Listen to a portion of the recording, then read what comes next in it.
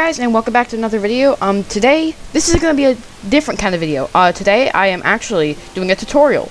It's a lot different than my other series. I hope you guys like it. I'm doing a tutorial today on the 10, in my opinion, most complicated crafting recipes in Minecraft. Well, at least some of them. I might do a part 2 to this. Leave a like if you want that. And I'm also in a different world. You'll see later in the video which world I'm in. But don't forget to like, subscribe, and hit the notification bell if you enjoyed this video. And don't forget to comment before Wednesday at 12 p.m. Eastern time, and I will respond to your comment mostly if it's a question, but occasionally I will respond to just statements and stuff. And don't forget to go join the Discord. Like I said last video, me and Felix have been adding lots of cool things to it. Crafting. Okay, whatever. So don't forget to go check that out. And if you join, if you're one of the first 100 people that join, you will get a rank called Emerald. It used to be called the OG Fan, but that just didn't really fit with the whole Minecraft theme, so we changed it. Yeah. So I hope you enjoy. Okay, so let's just get right into it. So I'm doing the 10 most complicated crafting recipes. Sorry for the Discord noise. So the first one I'm planning on doing is this. I'm gonna do an observer, which is this block. It's a cool looking block. It's really useful for redstone. And it's just, yeah. So what you need for this is quartz. You need redstone dust, and you need cobblestone.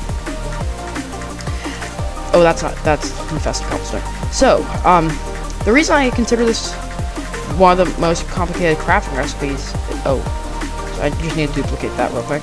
So, I consider this one of the most complicated crafting recipes is not because it's actually the most complicated thing in the world.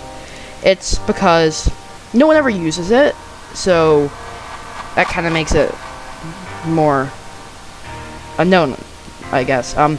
So what you need is 6 cobblestone on the top and bottom.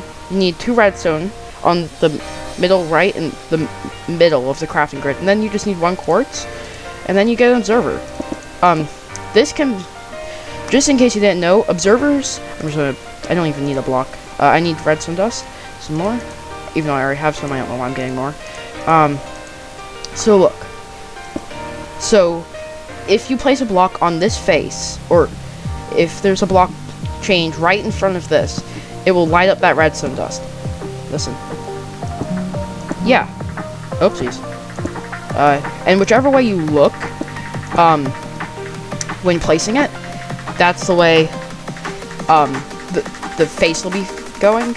So, yeah, that's the observer. Okay, moving on to the next one, I'm just going to, I keep this just for, and if you're wondering, I forgot how to do this. How do I do this? Oh, there we go. If you're wondering, what world I'm on, this is my, creative world where I do all my tests for stuff. So, like here, this is for my latest, thumbnail of my latest video. I need to make, like, scenery for Minimator, because that's what I use. Here, I was just testing a sheep farm and all of that stuff. There's a pig. This is the most important part of my world. Hey, piggy. So, my next one will be, a piston. So, this is a piston. Most people that play Minecraft probably know this block. It is useful for redstone, so redstone, block, or torch works. So, there we go. So when it's powered by redstone, it pushes, out to move, and you can use that to move blocks around, which is very useful. There are certain blocks it can't move, but we're not going into that today. So, what you need for this is redstone dust. You need iron ingots. You need cobblestone, and you need any kind of planks. I'm just gonna use the warped, just because why not? So I'm just gonna duplicate all these, just so I have enough materials. So what you actually only need 1 redstone. So the redstone goes at the bottom middle, iron goes here. Most people get these two mixed up.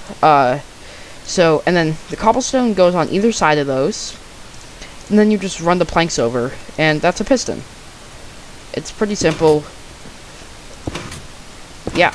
Oh, that's facing the wrong way for what I was trying to do. There we go. It's a little thing. Okay, I'll stop messing around there. So, yeah. I'm going to drop all these again. Clear my inventory. Equip these. Okay, so my next one on the list is, so one of the most, here's another complicated item that I'm putting on. Again, this one isn't super complicated. It's called the detector rail. Oops. It's basically when a minecart goes over it, I'm just showing you what this does. It will activate a redstone signal, so you can use that to power rails. You can use it to, like, add for command blocks. So you can make a cool roller coaster with sounds and music.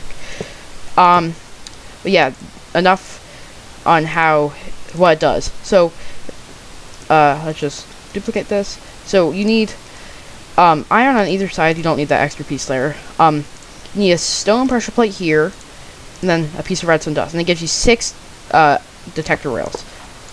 So that's really that. So yeah. So the next one is rabbit stew. I can't place this one down. Obviously, it's just a food. But most people, I believe most people don't know how to craft this. So let's see if I can remember. So a bowl goes in the top right. A rabbit goes there. Cooked rabbit. A brown mushroom under it. A baked potato to the left, and then a carrot. Yeah, that's right. So, let's see how much. I don't know how much this heals. I'll show you how much this gives you. So this gives you. This is a very, very good food to give you. It gives you half your hunger back. So if you just eat, if you're completely out of hunger, and then you just eat 2 of those, which are actually super easy to make, you get all your hunger back, which is super, super useful. Like, this is amazing for after fighting husks, which are zombies. They give you hunger, in case you didn't know. Okay, so my next most complicated item, it's not super complicated, is the dispenser. It's kind of like, it works almost the same way as a piston. You just need to activate it, and let's just put some arrows in here, and it'll shoot them after you activate them. So, see, it doesn't shoot them very far, but you can use all kinds of stuff in here. Enough about what it does. So what you need is a bow at the bottom middle, redstone dust. I'm just gonna duplicate it because I'll need it again.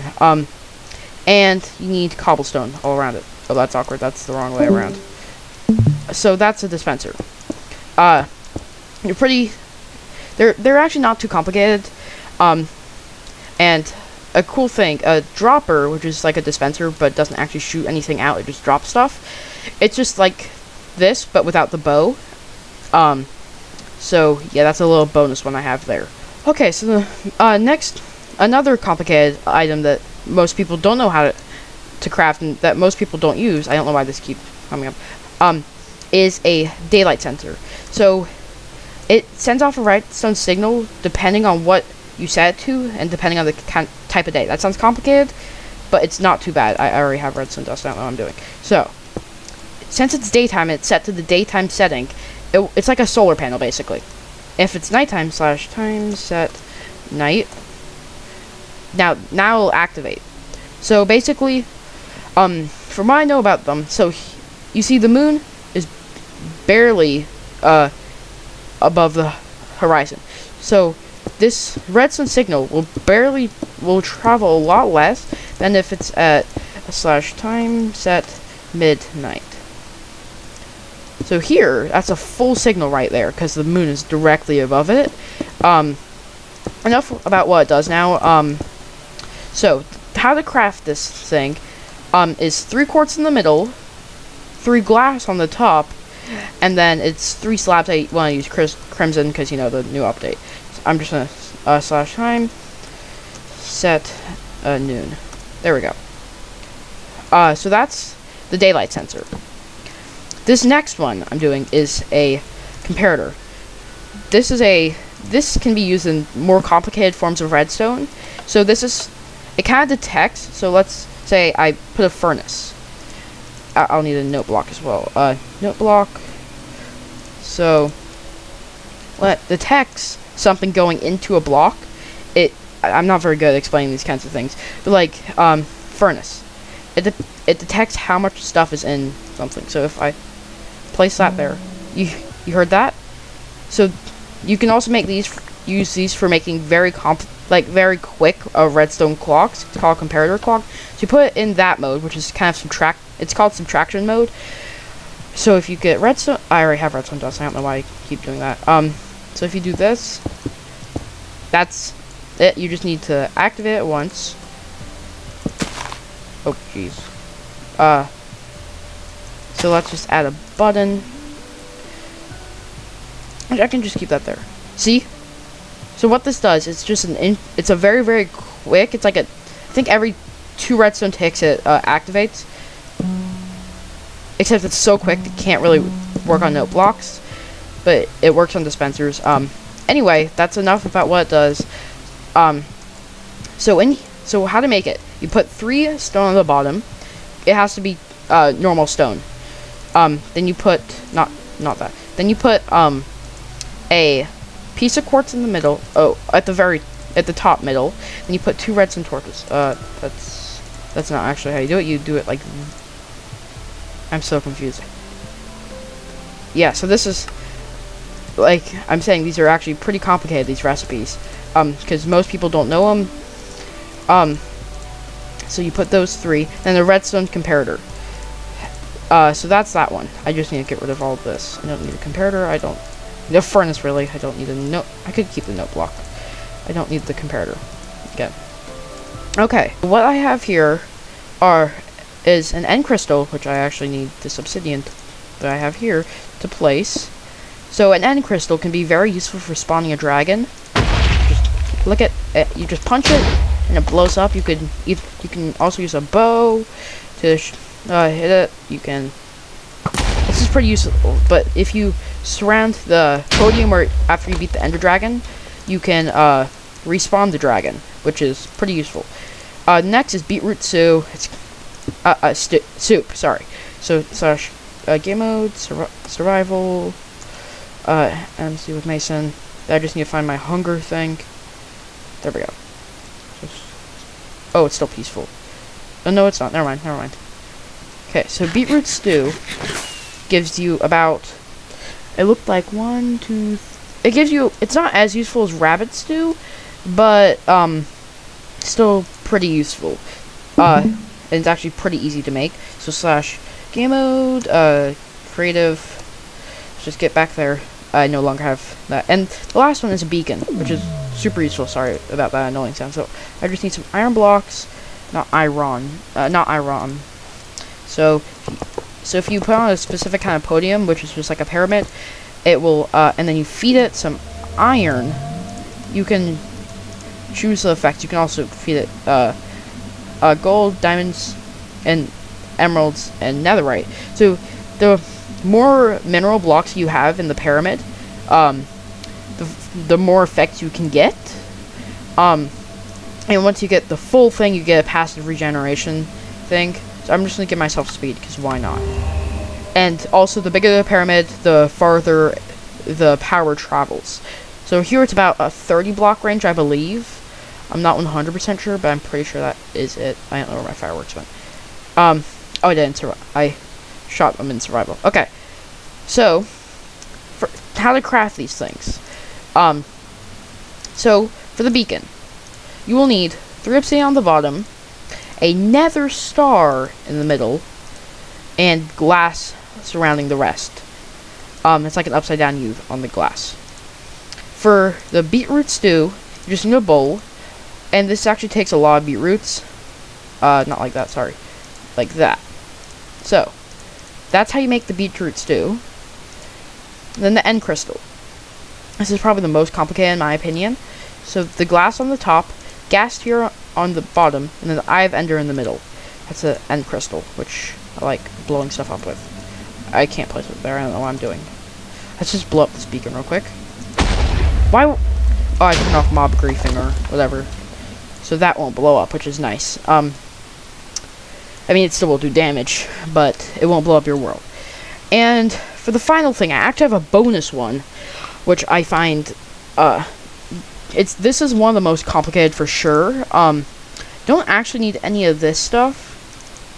So, what you need is you need a brewing stand. I'm actually doing a potion, that's why I didn't include in the main thing. So, you need a brewing stand. I'll put that over here. Get the grass back. Okay, so the brewing stand. This has a lot of steps. So, step 1, you need blaze powder. And you just need to shove this in the little spot there. It powers that. So you'll need nether wart. You will need 3 water bottles, or as many as you want. So let's just duplicate this and that, and then you put that up there. This will start brewing. It takes a while. So while that's doing that, so next you will need a golden carrot. Golden carrot. There it is.